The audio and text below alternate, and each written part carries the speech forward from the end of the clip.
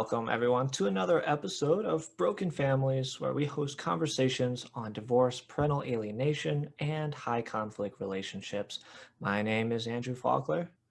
And I'm Barbara Pointe. Today we are going to discuss high conflict divorce in family court. And to dive deep into this topic, we've brought on a very special expert guest, Trish Guise. Trish Guise is a divorce coach who learned about the hardship and pain of high conflict divorce through her own divorce that lasted over 12 years. She has firsthand experience with high conflict personalities, cluster B personality disorders, and post-separation abuse, and even parental alienation. Through these huge challenges, Trish bounced back, arming herself with the knowledge to help others who are walking the same journey. She is a certified New Ways for Families coach through Biletti's High Conflict Institute, and she has been featured in the Universal Women's Network as part of the Driving Change campaign and as the top 100 women of inspiration in 2021. So welcome Trish. Thank you, Barbara and Andrew. Nice to be here. I appreciate the invite. Well, fantastic and important work that you're doing, and we thank you for that. Well, thank you. I feel it's an honor to be able to help others that either can't help themselves or just don't know where to turn. It's something that gets me up every day. Beautiful. So I'd like to begin today with your story, because you do have your own personal story, and I think it might be valuable to just begin there with your own story of divorce and your own journey. So just open it up to you, Trish. Sure. Yeah. I honestly, I wouldn't be here talking to you if it were not for my adventure. I, just like everyone else, I entered a relationship not expecting to be here, but I've known my husband for quite some time. We were quite young when we started dating, and looking back now, I see the red flags, but at the time I knew we were different, but I didn't see any red flags. We married, we had children, and issues started to occur with financial issues. He had told the children, and this can be typical for a lot of high conflict individuals, where they make it about they triangulate with the children very early on. And he had said to the children that mommy doesn't love us anymore, not me, but love us anymore. And it just went from there. So my divorce essentially lasted for about 3 or 4 years, but the actual process was about 12, because every step of the way, my ex-husband, unfortunately, would counter-parent or counter-propose. It was such a struggle because of course, in any divorce, there's some kind of adversarial nature, but I really tried to give as much as I could because I just truly wanted peace. And so I knew there was anger, but I thought if I give him what I think he wants or give in to some things that were important, that would give us ultimately the peace. And in fact, what ended up happening, what I learned later on, that with high conflict individuals, sometimes that gives them the sense that that's your weak spot, and then they can manipulate you further. So I was constantly manipulated with money, financially abused prior to the divorce, but also afterwards, not following court orders, constantly not following parenting orders. And he did start to alienate the children when they were older. They're about 14 and 15, which is kind of atypical. It usually happens a little earlier, it seems. But as I found out later on, he had been doing that much earlier, many years prior to. We had a parent coordinator involved because we were high conflict. And even we had one of the best parent coordinators around, and even he couldn't force my ex-husband to behave. And that's sort of the issues that a lot of people have. Is it's great the law is as strong as it is. It's great that we have these strong court orders, but where the problem is the enforcement. You can have great people working with you. So we have to try and do our best to, at the very beginning, try and communicate differently with these people, I find, because to expect them to follow court orders, I think, is a pipe dream. It just doesn't happen. So I'm finally now free from all of that. We have finally, now that my children are past the age of 18, I decided to cut ties in terms of any child support and have gone no contact. And above all things that I've done for therapy, that was probably the best therapy that there was. And granted, my children are still working through some things, and we have a great relationship, and I'm helping them heal. And it could be a lifelong healing process, but it's been quite an eye-opener, not only for divorces and marriages, but for communication with people overall for me, in terms of really understanding the dynamics especially when there's personality disorders involved, and not assuming that they're just angry and just being uncooperative. There's some really difficult situations you can find yourself in, and a lot of people don't understand that, and you end up finding that you get people giving well-intentioned advice, but it tends to blow up in your face. It doesn't work out well when you're dealing with high conflict people. That's a really good point. It's kind of a different game that requires different strategies. Now, you mentioned that your process was 12 years. What could you define that? Like, not the legal process, but just. Well, I honestly thought that the divorce process, if you're separated for a year in Alberta, then you can become divorced. But my ex-husband dragged that out. And the only reason he did sign the papers eventually is because he was getting remarried. So that was great. But then the process, it was the co-parenting process. I think a lot of people think as soon as I'm divorced, great, I'm free from it. And as did I. Why wouldn't you think that, right?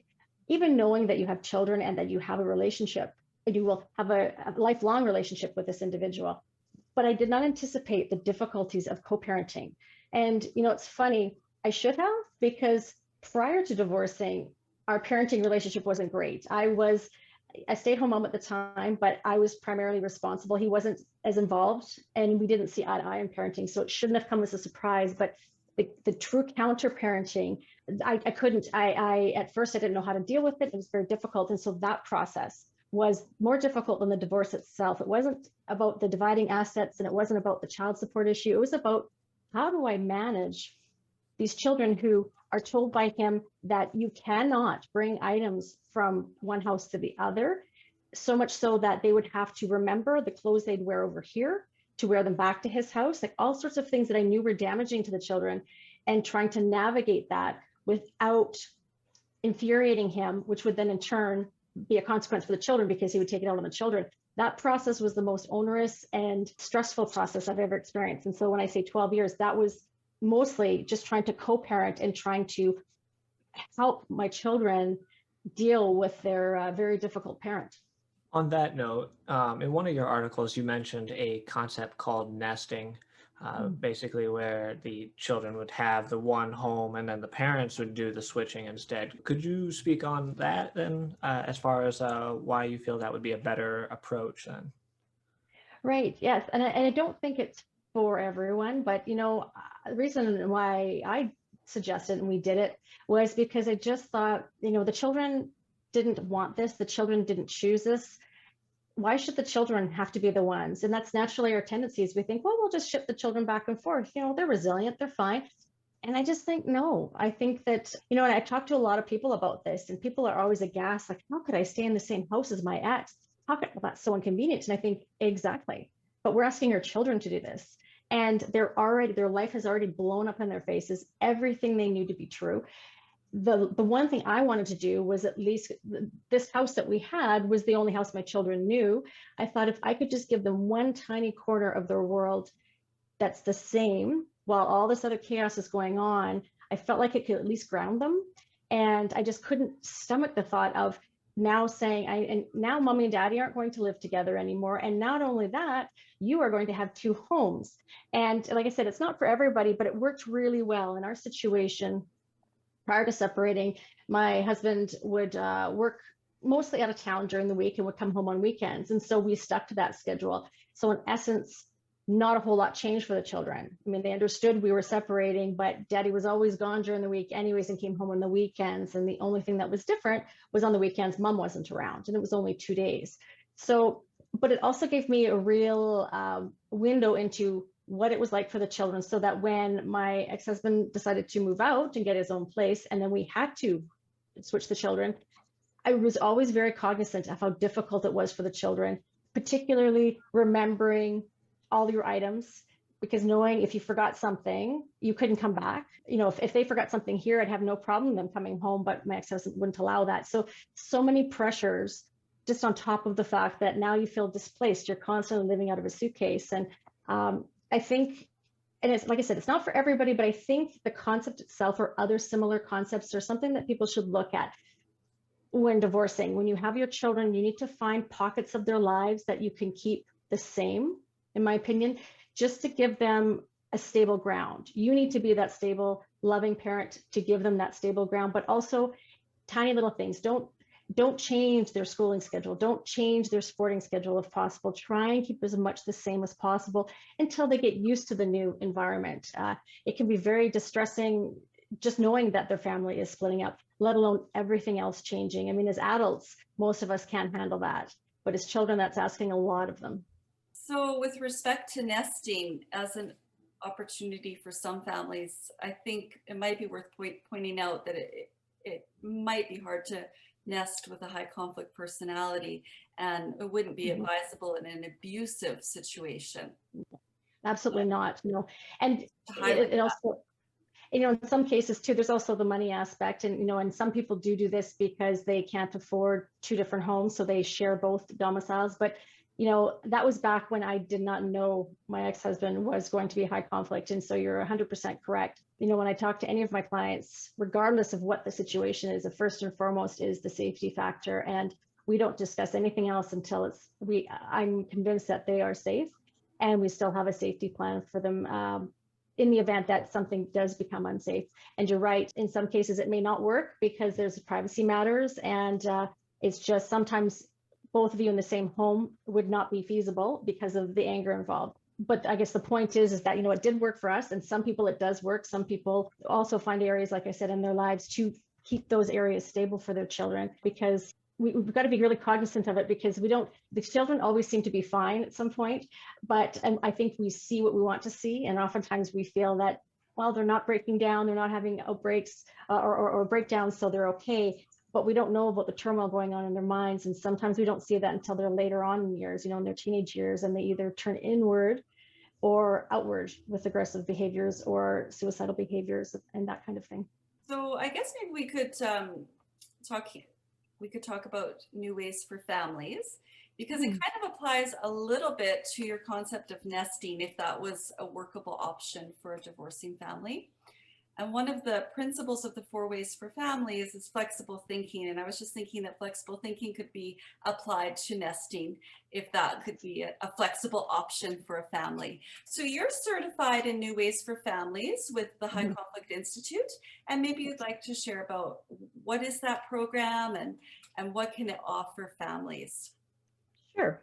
Yeah, it's not, interestingly enough, when I first was certified, it was originally just for families, and now they're branching out into workplaces and other relationships. And I think because it's just a communication tool, essentially, and it's a new way for people to communicate with anyone, whether they are high conflict or not, in essence, because I think, it's normal for us to become emotional, particularly in divorce, whether you're high conflict or not. There's so much at stake, and that happens in the workplace as well too. What ends up happening is we don't hear the message. Of course, we just focus on how it's being said, or focus on being attacked and that kind of thing. And when you're dealing with high conflict people, so often I find in divorces that inadvertently we want to be right, and we know that person that is arguing is wrong, and so we want to kind of drill it in their head, no, this is the way it is. When in actual fact, what you really want to try and do is sometimes have to be manipulative in a good way and direct your message towards an area that they understand, so you can get what needs to be done. And so what you want to do is, there's a concept, BIF, or the acronym BIF. So you want to make your messages brief, because with high conflict people, it's very easy to get into a very long, drawn out fight and discussion and back and forth, which goes nowhere, turns into a big word salad, and turns into an instance where you have gone so far off the topic now that you don't even remember why you were talking in the first place or fighting in the first place. And so when you, either verbally or through email or text, the best thing to do is to be very brief, and you stick to the facts, and you only write what you need to write. No extraneous, no editorializing, no accusations, no feelings, nothing like that. And then the next letter, I's, for being informative. You want to give as much information as possible, because with high conflict people, there's always the issue of control, and You want to make sure you're not withholding any information from them because that will make them defensive. So you want to give as much information as necessary, but only about the situation. Keep it about the children, not about yourself, not about the relationship, just keep it about the children. And I'm talking, you know, when you're co-parenting. And you also, the last two F's, you want to keep it friendly and firm. So as much as there's a lot of emotion, you might get angry, it is really best to take the emotion out of it and stay calm. You want to be the one that's in control. Two reasons. You don't want to escalate the conflict, but also you don't want to give that person an indication of what your trigger points are, because I guarantee you they will store that and they will use that in future communications. You know, they seem to get a real charge out of poking the bear, and you don't want to give them that satisfaction. And it's just not worth having all that cortisol running through your body, because it will not, no matter what your tone, no matter what your level of voice, does not matter. They will not change the louder you become or the more aggressive you become.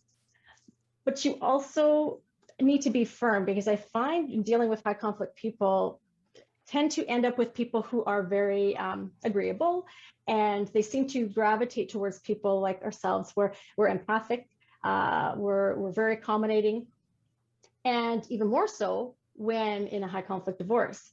And we can tend to find ourselves, you know, walking on eggshells all the time. And like, I literally tried everything, tried being angry and tried to give up almost everything just to appease him. And that's part of the abuse process. But you need to stand firm and have your boundaries. And, you know, even simple things like, if I don't receive a response from you by tomorrow at 5, I will assume everything's okay, and not get into a big back and forth. It's just, here is the issue, here is my request, this is when I'd like the response by, if not, then X will happen. And we tend to find that doesn't change the person, but it does de-escalate, or at least doesn't add to the conflict. And it keeps everything on track. And the other person may still go off and try and word salad and bring other issues in, but you just stick to what your focus is for that email or for that conversation. Yeah, I really like what you're saying, because we know that BIF strategies can avoid a lot of collateral damage as you're going down the divorce road. So great points there, Trish. And they're a lot of fun too, because you can use them in every area of your life once you master how to actually write an effective BIF statement. That's pretty. You know, I actually even use it on my dogs too, because I tend to rationalize with my dogs and talk with them too much, and I have to be firm and brief and friendly, and it seems to work. I'm not biting on that. Okay, and so with BIF strategies, that's part of the New Ways for Families program. So if I was getting a divorce, how might I connect with you to explore new ways for families, or how might it benefit my family and me as a woman getting a divorce? Well, you reach me through my website, trishguise.com, or you can also go through the High Conflict Institute and apply for the program and sign up for the program, register for the program, and then I can coach you through it. And what we really like to see is both family members, both parents, actually work through the program. Sometimes it's only one parent, and that's okay. You know, research shows that if children have at least one stable, loving, secure parent, they will fare much better in divorce. So, you know, it's not a waste if it's just one individual. So don't fret if the other individual is not willing to. That's okay. You know, it's going to help you not only in your divorce, but also communicating with your children, because it's so key, in my opinion, to show emotional regulation towards your children. You don't have to pretend. You don't want to use your children as an emotional crutch, but you also don't want to pretend that everything's okay when it's not, because that does not teach them how to regulate themselves. But you want to show that despite what's going on, yes, these things are tough, but mom or dad is able to handle it, and this is how I'm handling it. And you want to show them and emulate for them how to properly communicate with somebody, being respectful regardless of how they are handling things. You know, it doesn't mean being someone's punching bag. It doesn't mean taking disrespect. It just means, and you can make another person accountable, but it does mean that you still need to stick to the topic, and you can still be respectful of other people, as opposed to common things that high conflict people do is cut people off entirely, the all or nothing thinking, that kind of thing. And we get away from that when we're in new ways for families. It's a matter of looking at the behavior, not at the individual. So this is inappropriate behavior, and we can address it, but it's not about cutting the individual off or they're a bad person. It's just poor behavior. And I really think that that is something that can help families, intact or otherwise, because, you know, the assumption is that these things don't happen, I guess, if you're not divorced. We always talk about, but I try to talk about these issues even in intact families, because I don't know of a family who doesn't have co-parenting issues just because you're living together. There's my parents still even, you know, like, you know, we always, doesn't matter how old we are, we differ, and that's okay. It's just a matter of how you communicate that, and you want to emulate for your children, because they're going to go off and have their own families and relationships, and you want to show them how to properly deal with differences and disrespect, and how to respect yourself by expecting others to respect you. So I have to ask, Trish, because you've talked about being calm, using BIF strategies, and sometimes I even suggest waiting 72 hours or 48 hours and then implementing a BIF strategy. But if we're not calm, and you spoke about triggers and how high conflict personality might know your triggers and then exploit them on you, what do you do? Like, if you really can't self-regulate? Because we can say it's important to self-regulate, and it is essential to embody calmness. But what if you're just bawling your eyes out and shaking from your core?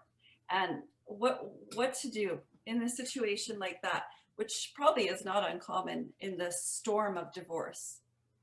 Right, it happens quite a bit, you know, and I was at a conference a while back, and Dr. Stephen Miller talked about this, and talking about with parental alienation, and how when you're trying to prove certain things or trying to deal with certain things, it's just a simple fact. You need to present well. You just have to, because typically the other side presents very well. They are able to compartmentalize and look calm, look regulated, whereas most of us who have been through the abuse find it very difficult to, because we're suffering from PTSD, because we have been triggered. Oftentimes we feel we always have to justify our positions and things like that. So, you know, I have two answers to that. There's some things we can do, but we as professionals can do something as well too. As individuals, I strongly, strongly encourage people to, from the very beginning, from the get-go, to try and access therapy as quickly as possible. It can be talk therapy, CBT. I found EMDR very helpful. I found ART, accelerated resolution therapy, very helpful. Body psychotherapy. It's something different for everybody, but I really feel you need to connect again with your body. I was even just discussing with my husband this morning, I still pay attention to my body, because for years, when I had a certain feeling in my gut, I felt like I was nervous. You just label it. And so I was feeling that over the weekend, and I was saying to myself, what is it you're nervous about? So I actually had to have a conversation with myself to say, what is it you're really worried about? I finally recognized it was something that I had learned long ago in my childhood and just mislabeled it.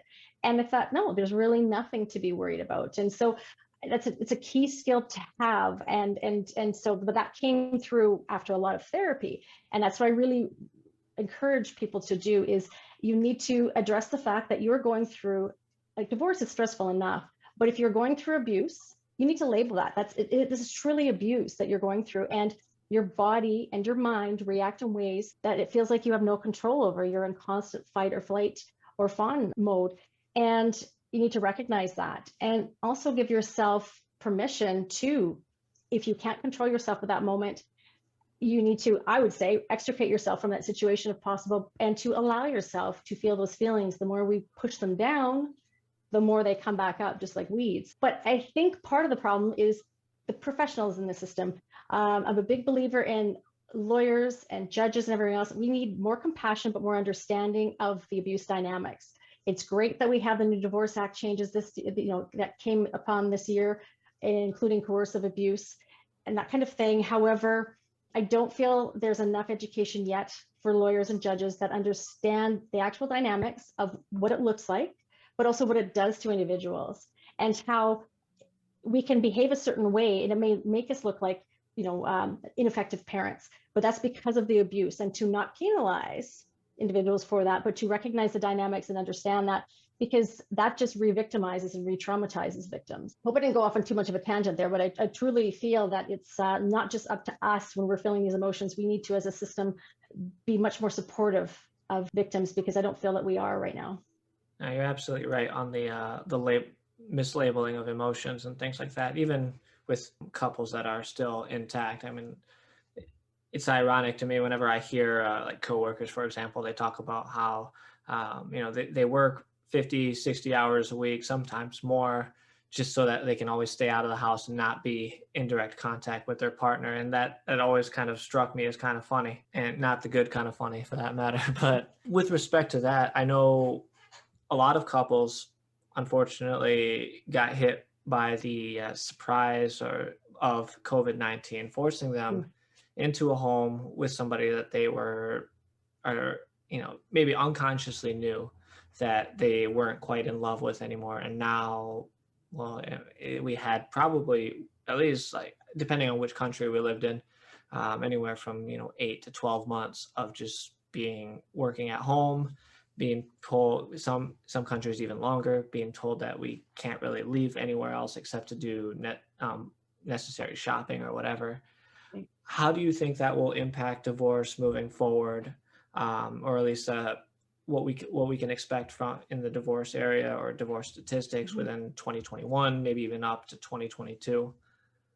Yeah, that's a great question. I think, it's interesting. I saw an article, I think it was last week, about the surge of resignations that Canada and the US are expecting. And I liken that to divorce. I think, what COVID seemed to do was, whether you were stuck in a home with someone that you really didn't love anymore or not, I think it gave people the opportunity to reevaluate their lives, reevaluate their priorities, and say, is this working for me? Because we get on this treadmill, and so many of us will think, oh, I just can't do this anymore, or this is so difficult, I want to change jobs. But when is there time? You talk about people work 50, 60 hours, there's no time to make change, and it's difficult.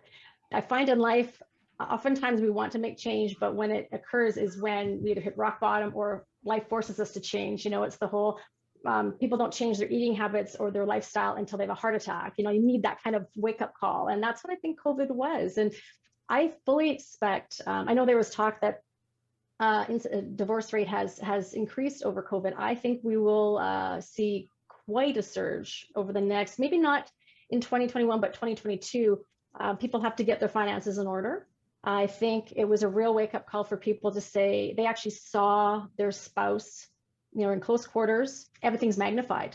And even if it wasn't an acrimonious thing, some people just thought, this is not the way I want to live anymore.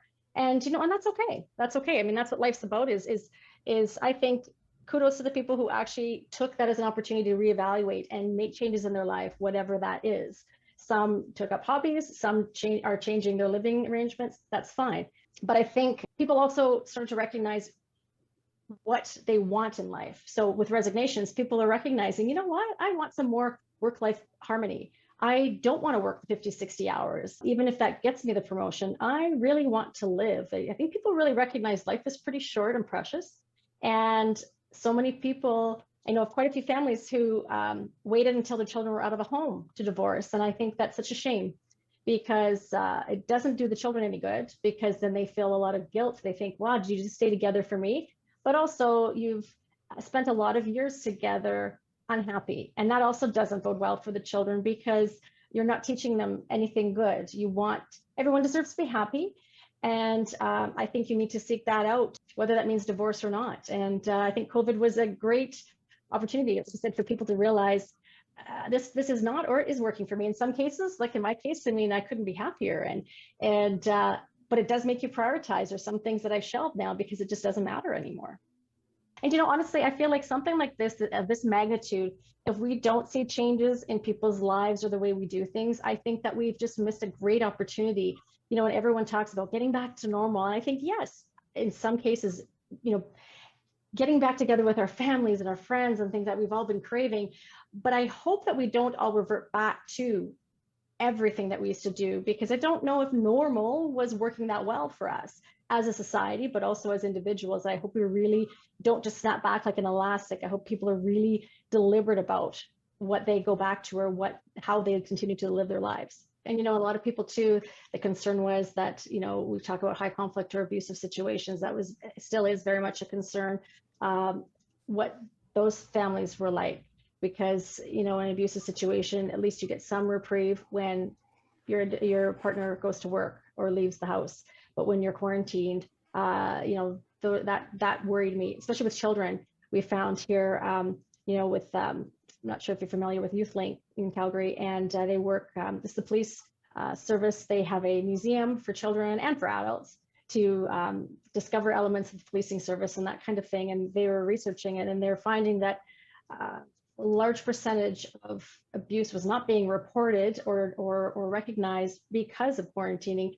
You know, teachers would notice that their students were not in class, or they couldn't be in class because mom and dad were off doing whatever, and they had to stay home, or they had to, instead of being in class, look after their baby brother, baby sister, or there was abuse going on, they weren't in class. You know, and at least it's when kids are at school, there is that reprieve, there is that safe zone, and that really, you know, really it probably hit home with a lot of people too, that if they were ever waffling about whether or not they should leave the situation, I think COVID probably made them realize that we can't do this anymore. It's not safe. So maybe we'll switch gears and go back to your practice, because you have a really nice sentiment that really resonates with me in your practice, and it's called Divorce Without Destruction. And I know that you offer a message of hope to your clients. So I invite you to just open up about that. Sure.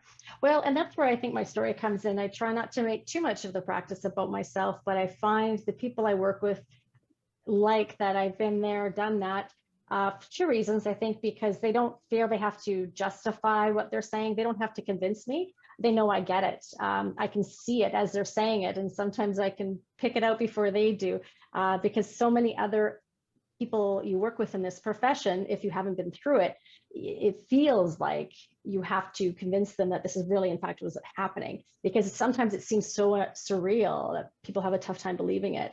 But also, I hope, and according to some clients, it gives them some hope that, A, I'm still standing, I have a life, and life is good. Yes, it has been, there's some points in my life where I truly did not know. And I look back now and I don't know how I got up in the morning and worked through my day, especially after, you know, I received that email from my ex-husband saying, you're not going to see the children anymore. I was so blindsided. The only way I could describe it was, you know, my biggest fear as a mother, and I'm sure most parents, is to ever have your child abducted or killed. I thought, I don't know how that could be any worse than this. Like, it was that bad. I felt like I had just been told my children died. It was, and I think anyone that's ever had their children taken from them feels the same way. So there were many, many moments that I thought, how am I going to live the rest of my life like this? So I hope in seeing me and hearing a story, and also hearing that there are tools that I didn't have that I'd like to share, or perspectives that I'd like to share, or techniques or strategies that will hopefully mitigate those things, because I didn't have any of that, but somehow I managed to get through. And I really strongly feel that no matter who you're dealing with, you can divorce without destruction. How I describe it to people is I like to be like a tornado warning. So I will not promise you that it won't be difficult. I promise you it will. It has to be. You know, there's so much that's changing. Your life is changing. Just like if you change jobs or go back to school. But I want to warn you, I want to give you tools and techniques to kind of mitigate, and also warn you as to what to expect. So at least you can prepare. You can board up your windows, you know, and go down into the basement, take the family, and when the tornado passes by, because it will come regardless of what you do, you can come back up and at least have some structure to deal with and do some repairs, as opposed to being totally decimated and being totally, you know. So that's what I mean about divorce without destruction, is that there still will be strife, there'll still be conflict, there'll still be stress, but you'll still have something left at the end of the day to work with and to mold into what it is that you want to be, and hopefully mitigate the internal damage so that you can try to emotionally regulate as possible, put things in perspective, so that you don't have to, after the divorce is over, spend years of trying to get yourself back or trying to get back on your feet. You can actually start living your life. I think that's such a powerful metaphor. And really, I mean, because that, I think so many women do feel like it's a storm or a tsunami. I used to feel like it was a tsunami, and I would have dreams for years of a tsunami rising. So that, and what a great motivation to invest in your support as a divorce coach Well, thank you. to mitigate damage. I like that so much, Trish. Yeah. Yeah, because I know so many people, want to know what they're going to look like and want to. I did too. We're looking for answers and wanting reassurances. And I was of the misbelief that we have a justice system, and I thought this isn't right. So this can't continue to happen. Not realizing it's a legal system. I just had a discussion with a lawyer on the weekend, and she said exactly that. It's not a justice system, and the law is what the law is, but we don't necessarily have a system whereby we can right the wrongs. And sometimes the one thing I had to learn was radical acceptance. And I learned that when I was getting some education on personality disorders, particularly bipolar. And it's simply radical acceptance. There's some things you just have to accept, and there's really no trick around it. People have asked me, and you just simply have to say it is what it is, and you have to accept. For instance, I had to accept the fact that at one point in time, my children may never come back into my home and live with me again. I may never go on holidays with again, that kind of thing. That was hard, but I had to keep repeating that to myself. And then when it dawned on me one day that, you know what, eventually they're going to move out of the home anyways. So I just was an empty nester earlier than most people. And, it's you don't always get those epiphanies, but that actually helped, radically accepting the fact that, you know what, I can't change that. And will that kill me? No. Yes, I'll miss out on certain things, but I also remember that I had great memories before, and I will continue to, but it will be different. I spent too many years before that trying to change things and felt decimated and destroyed because despite my efforts, nothing changed. And so some things you do have to radically accept. And I tell you, that was one of the most important things that I've learned how to do in life, is just accept certain things and move on, because not everything has to be a battlefield. May I just jump in to confirm and clarify that? Did that happen to you, or was that something that could have happened to you? No, it happened to me. My children were taken from me. My ex-husband sent me an email saying they don't want to live with you anymore. You're not going to see them. And I didn't see them at all. And we had 60-40. I had them majority of the time. Didn't see them at all or speak to them for a month. And then we had our parent coordinator involved, and we forced time. But up until, so that was 2017, up until just recently, they hadn't lived with us. They would come spend time here, but hadn't lived with us. And it took a few years for me to accept. It was so strange because I was the primary caregiver. And even things like going to my son's hockey game, these feelings would come up where I'd look around at all these other families that we've known for years, and I would feel this extreme jealousy, because how nice it must be for you to be able to be normal family and take your son home after the game, whereas we could never, because my ex-husband would take him back to his house. And we always felt like I felt like I was an aunt all of a sudden now, and I was displaced and I didn't know my place as a mother. And that really threw me for a loop. And so there's certain things I had to radically accept. The fact that just because they don't live here doesn't make me less of a mother, and things like that, in order to get my mind to a place where I could accept other things and not be laying on the couch all day long, right? Like, if you kind of sink into some of these feelings, you could potentially not get out of those feelings and wallow in it too long. So I had to radically accept some things that, and then as luck would have it, my daughter started living with us again. And there's a few reasons why, I think, and then some reasons, she's 20, and it just felt like the right time for her. And it's like, we haven't lost any time. Yeah. I mean, I remember watching an interview with you when you were explaining when you got that email from your husband, but maybe a little bit of a Freudian slip. I didn't actually think that had manifested.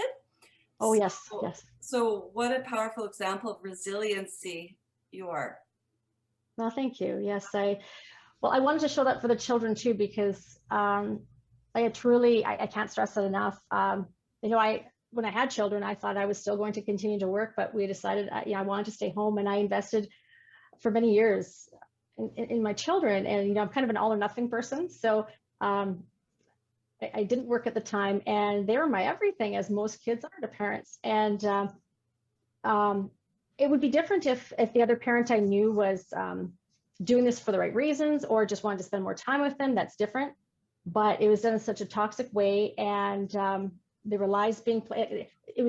My children were being put through the ringer, and that bothered me even more than not seeing them. I just thought I can't protect them. And it was devastating.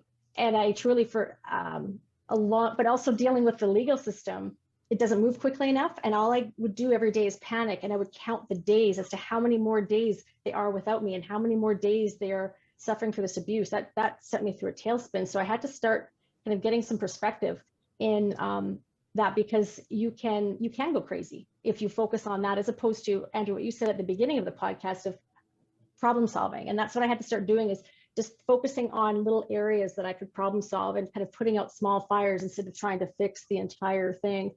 And that's where I think I got a little bit of my resiliency from, because you have these small wins and you think, okay, I'm not having everything taken away from me. And my kids are okay. They're still playing soccer and hockey. Okay.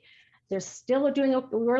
We were lucky. My earpiece just fell out. We were lucky because so many kids turned to drugs, alcohol, self-destructive behavior. Both my children ended up suffering from some anxiety and depression and some other ill effects, but overall, it could have been much worse. And I'm so grateful that it didn't become even more of a disaster than it was. And so I had to focus on that, the small wins.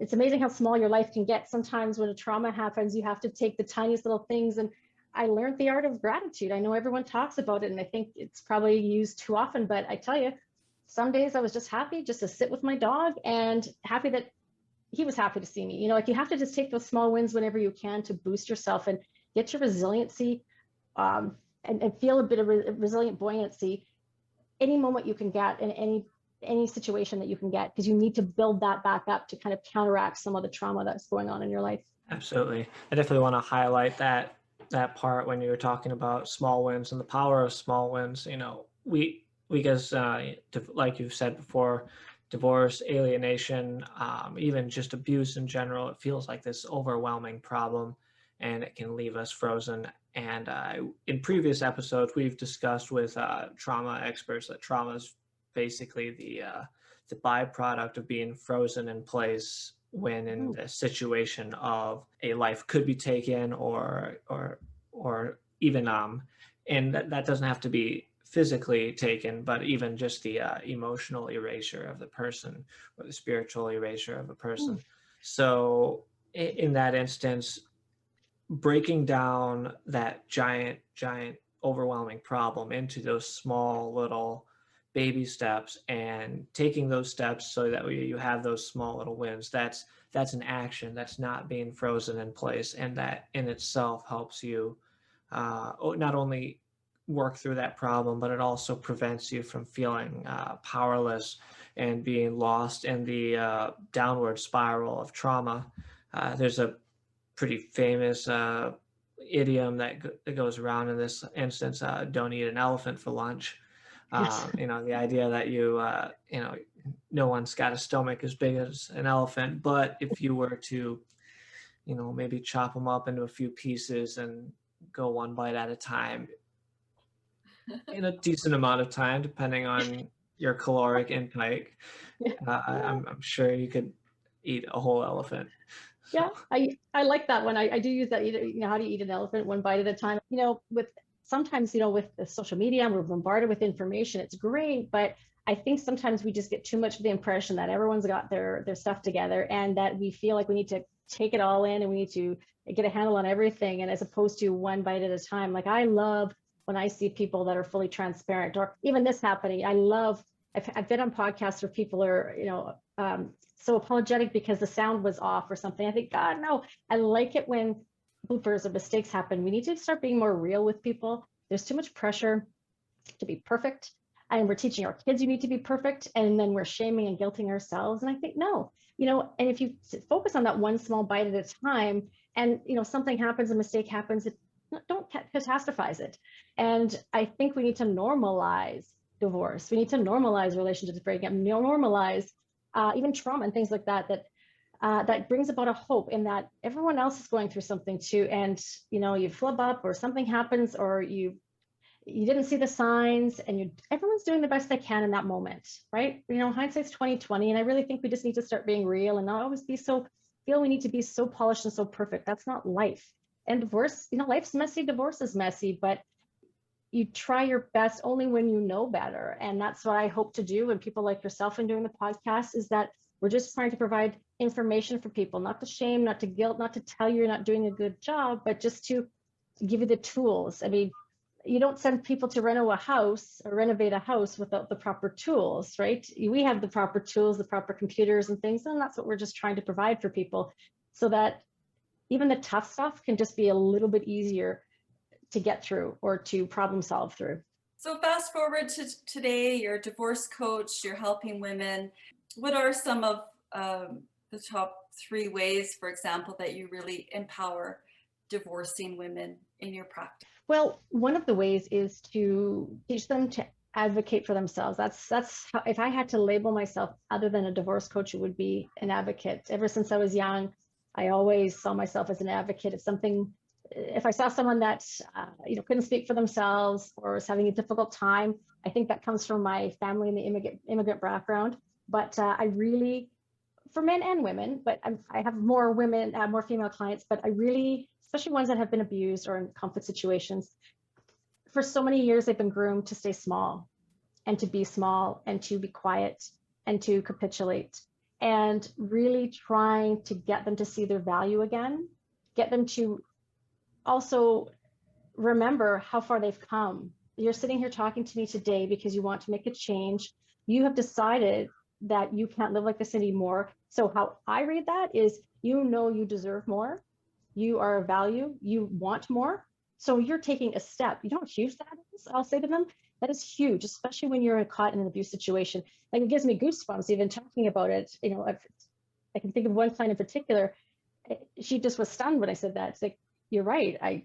You just have to try to, you often minimize everything you've done up to this point because you're constantly in survival mode, but you look at what you've done so far, you can keep going. And that was another strategy I used too when I was going through mine, is sometimes you have to look at what you've done in order to spur yourself on to continue going on. I think that above all, that's what I try to do most with my clients, but also helping them pick the right team.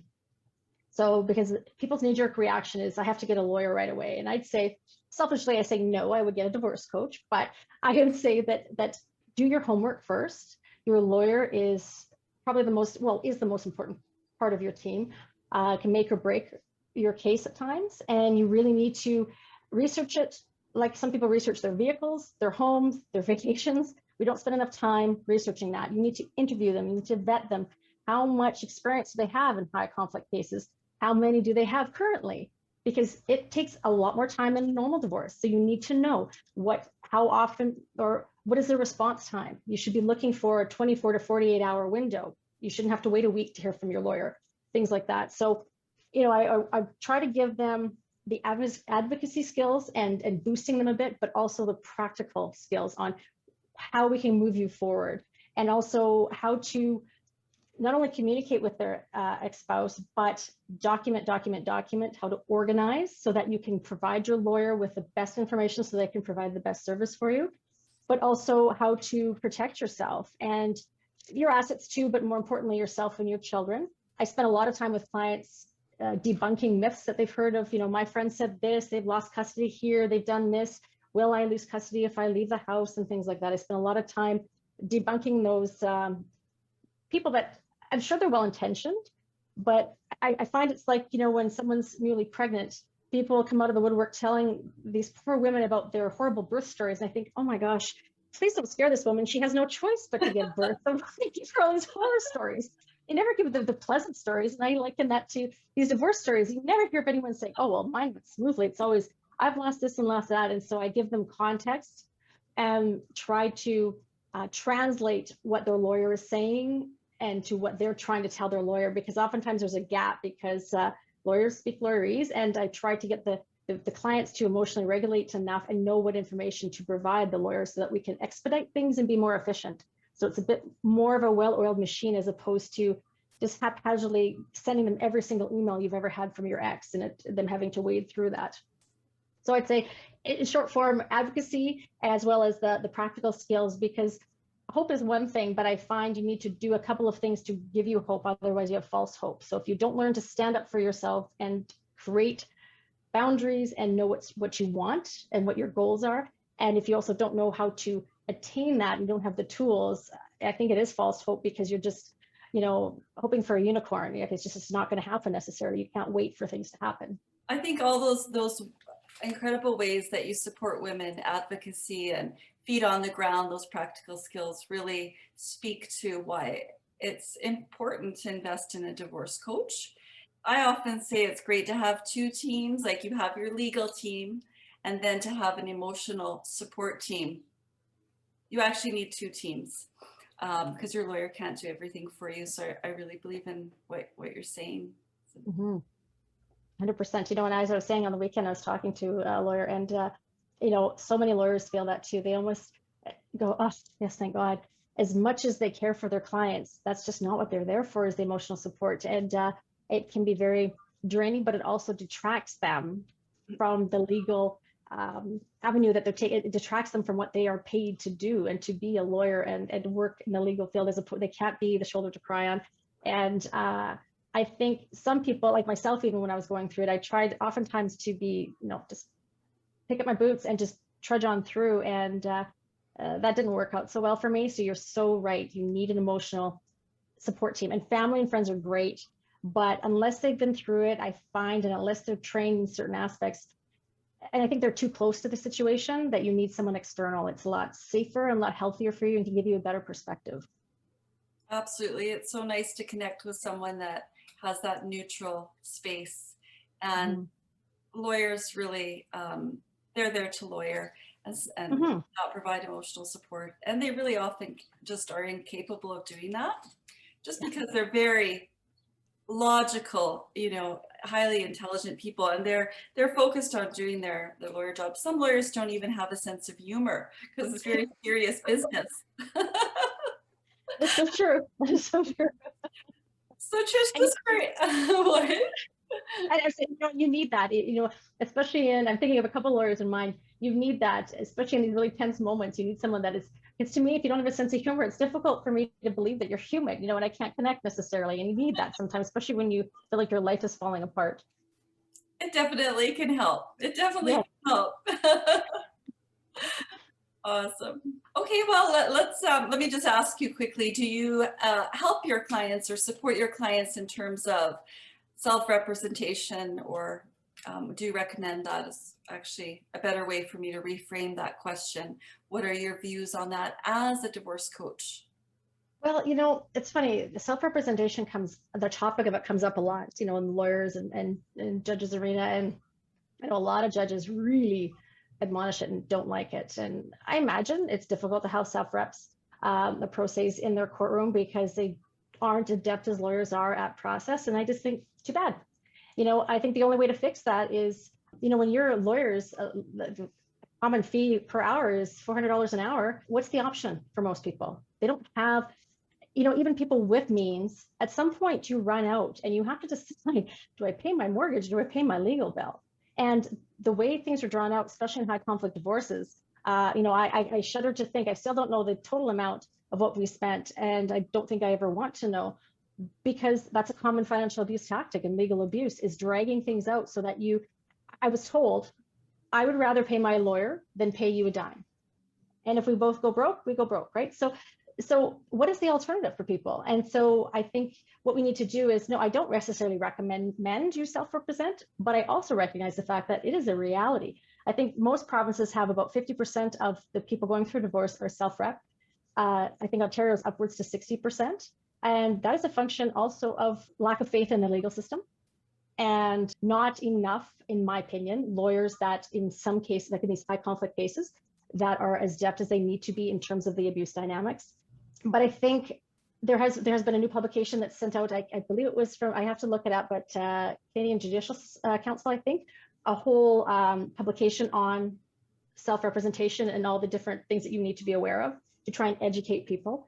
I think, if I could say one thing, I think that the smartest thing to do is, if you have to self-rep for whatever reason, by all means, find yourself a divorce coach if possible. They are much cheaper than lawyers. However, I also think what you need to do is keep in mind, at least in Alberta, you will still need to get some independent legal representation when you do your divorce judgment or your separation agreement. Otherwise, it won't be legally binding. So at some point, even if you do it a la carte, you only pay them an hour or two. You don't have to pay a retainer. You need to do that. Also, I would do that with your parenting plan to make it legally binding.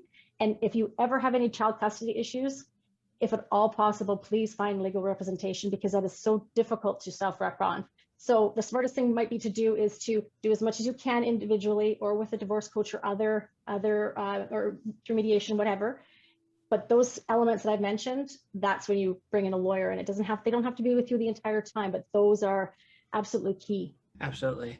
I guess on that note, what would be the best way to vet a lawyer then, as far as identifying what would be the right person for your case? Well, I think just like anything, personality fit is good, but and I recommend I just did over the phone, but I would recommend, if you can, meet in person. I think a lot of people just get referrals from friends, family, I refer people. I would check out a few, and I would be very pointed about my questions. First thing I suggest is, before you meet with them, you send them an email about your background, your goals, your obstacles, so they have, and stress they need to read that before you go in, so they have the background. They know what they're up against. If you're in a situation where there is a conflict, abuse, that to me would be one of your first questions is, what has been your experience? How many cases do you have that are high conflict? Not only in terms of their experience, but how many high conflict cases do you take on at a time? Because you don't want to be fifth in line, because every single one of them is very, very time consuming. And a lot of the lawyers that I work with, when they do high conflict cases, they only take so many at a time. That's what you want to hear. You also want to look for red flags. You want to, are they distracted? Are they insinuating that you're both contributing to this in high conflict? You also don't necessarily want somebody that wants to, as Chris Voss says, split the difference. You don't want them to split the difference. You want someone that will advocate for you. And in some cases, you may be able to negotiate and do other, that's fine. But too many times I've seen the recommendation for the reasonable one to just, why don't we just be okay with this? Things will work out eventually. We'll just wait and see. There's too much of that reliance on the one that's not ranting and raving. And then that person ends up giving up a lot, and that's fair. You want someone who also, in high conflict cases, I know mediation is definitely preferred, and it can happen in high conflict cases, absolutely.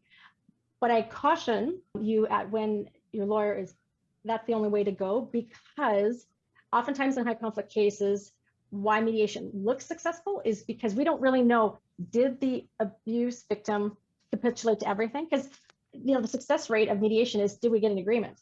Sure, we're getting an agreement. If one of the parties says, okay, fine, I just give up, just you can have whatever. But there's no follow-up. We don't know how this family did. So is that really the best form for people in high conflict situations? I'm not convinced yet, but I don't think court is either. But the point is that if things don't work out well, your lawyer needs to be ready and willing and able to litigate. And that's where I think in high conflict cases, you need to, and they're hard to find, but find a family lawyer that is a good litigator and has experience in that. So in case you do need to go to court, they can do it, because not everyone can litigate. It's very different than actual other lawyering. All very good points, all very valuable points too. Would it be okay if I spoke to a couple of those points? Absolutely. Maybe I'd add on something that's valuable, maybe not. But one thing I found is, if lawyers, family lawyers, can know and utilize that BIF strategy, that's very, very helpful to your legal bill and helpful to decrease conflict. And there aren't very many family lawyers that I know of that can effectively utilize and leverage a BIF strategy. So not only are you using it, but you'd want your family lawyer to use it. And then I really appreciate what you said in terms of high conflict files. However, just bearing in mind that lawyers sometimes, not all, because we've had some incredible lawyers on this podcast with deep integrity, but some lawyers, just to be top of mind, make a lot of money on high conflict files. So they will have a lot of conflict files. So that is a red flag that you brought forward that I think is incredibly valid. And then to have a family lawyer that is informed about trauma and abuse is extremely helpful if that's relevant to your case. So great points. I mean, I could see having you as a divorce coach, because if you're strengthened, you're not going to want to give up or split the difference, as you and Andrew said. But to not split the difference, you need to be rooted in your strength, or else you will just throw it out the baby with the bathwater and split the difference. So, and I think also it's lovely and not always possible to feel supported by your family lawyer. Like, you should feel like your family lawyer has your back. And if you don't, that is a huge red flag. So I like to feel that way when I'm with a family lawyer. So you're so right. One time early on in my situation, I actually had to say to my lawyer, whose side are you on? Because it got to the point where I thought, who's paying you here? Because I don't feel like you're advocating for me. Yeah, exactly. And you definitely want to have that feeling that there's some kind of aligned partnership with your lawyer. We should do an episode, Trish and Andrew, just on family lawyers. It's a passion of mine. That would be great. You know, I could bring a couple lawyers on who actually have the same opinions we do, and they're actually lawyers. Exactly. Interesting. That would be wild. Yeah, and they're right. They're great. There's so many out there that are great, and it only takes a few bad apples, right, to taint the rest of the pool. But I think my concern is that, and it is for judges as well, just with, you know, with the coercive abuse and the different elements the changes in the Divorce Act, I think it's fantastic, but I think we're giving false hope. You know, I don't know where the stopgap is here, but the government knew they were bringing in this Divorce Act for the last year. They delayed it. So I'm not so sure why there has been a delay in providing training for people. I'm not sure, like, just because the Divorce Act is here, it's assuming that lawyers and judges are now going to know how to handle all these things. That concerns me, because we cannot put the onus on our victims to say, hey, this is how we should do it. We're coming to a lawyer who's the expert, who should be able to handle this situation and provide the information to the judge, who will then see it as such and act accordingly. And to my knowledge, there isn't a lot of support on that yet. And so I feel badly for lawyers who really, truly want to do a good job, but there's not a lot out there yet in terms of, because they don't learn it in law school. I know that for a fact. And so we have to do a better job to provide that support, but also that education for the experts that we all go to.